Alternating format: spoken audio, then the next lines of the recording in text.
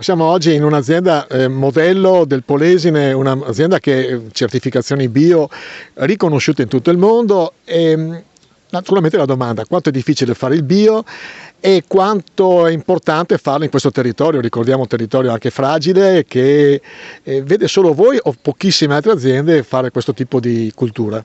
Facciamo il bio dal 98, tutt'oggi c'è molto scetticismo, diciamo, perché è difficile, non è una cosa facile farlo bene, però negli anni si crea una cultura, una metodologia e con diciamo, gli avanzamenti, sviluppi nei macchinari eccetera, perché c'è molta meccanica come approccio nell'agricoltura biologica, non puoi usare sostanze petrochimiche, veleni eccetera, allora devi appoggiarti molto sulla meccanica.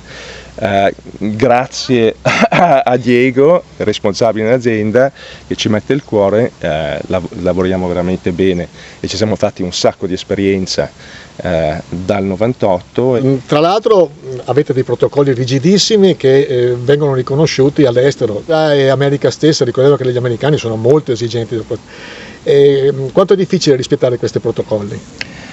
Beh, innanzitutto grazie alla proprietà Federico che mi ha dato questa possibilità di sviluppare questo mondo del biologico, insomma, e cerco sempre fatto con passione, perché questa cosa devi avere dentro con passione, perché altrimenti è fatica, che siamo veramente aperti a qualsiasi critica, a qualsiasi soluzione più semplice, che è quella di usare appunto la chimica, e non è semplice.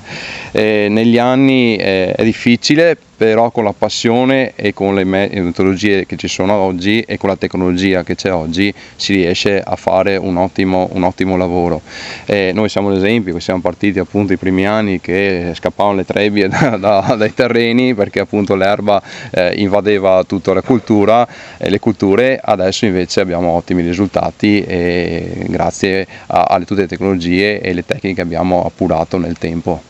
E quindi... la domanda da profano: rende? Cioè, vale la pena dal punto di vista anche economico? Le forze di mercato globali purtroppo sono delle correnti contro le quali uno non si misura, deve seguire, ti tuffi nel mercato, cerchi di stare a galla, ci sono degli anni che va bene. Ultimamente c'è stata molta speculazione sul biologico, i prezzi nel 2019, 2020, 2021, anche 2022 erano buoni, veramente buoni, e allora c'è stato un lanciare sul biologico speculativo abbastanza importante, che ha portato molto prodotto sul mercato che, se uno vuole essere veramente onesto, non è sempre strettamente biologico, però le aziende si passano come biologiche. E allora l'effetto generale è di abbassare i prezzi e poi le aziende serie purtroppo ne subiscono. Noi siamo qua, diciamo, il gioco è lungo, non andiamo da nessuna parte e la nostra ideologia rimane sempre quella di fare le cose sul serio e spingere questa azienda a migliorare sempre. Quindi la risposta breve è sì, ma gli ultimi anni sono stati difficili. La concorrenza dall'estero, noi sappiamo che i protocolli, ne abbiamo parlato prima, sono molto rigidi in Italia per questo settore, però quando arriva qualcosa dall'estero, non parlo in particolare Ucraina o altre cose, però... Vai Diego.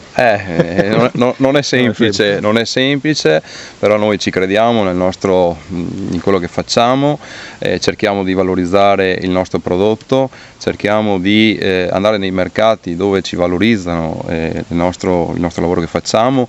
A volte ci riesce, a volte no, perché insomma non è semplice, però ce la mettiamo tutta per cercare del nostro Made in Italy di portarlo sempre avanti, insomma, ecco. Sì. E quindi di valorizzare anche quello, cioè di essere diversi, insomma, da quello che arriva da fuori, perché ci invidiano tutti dall'Italia, insomma, ecco, il prodotto italiano.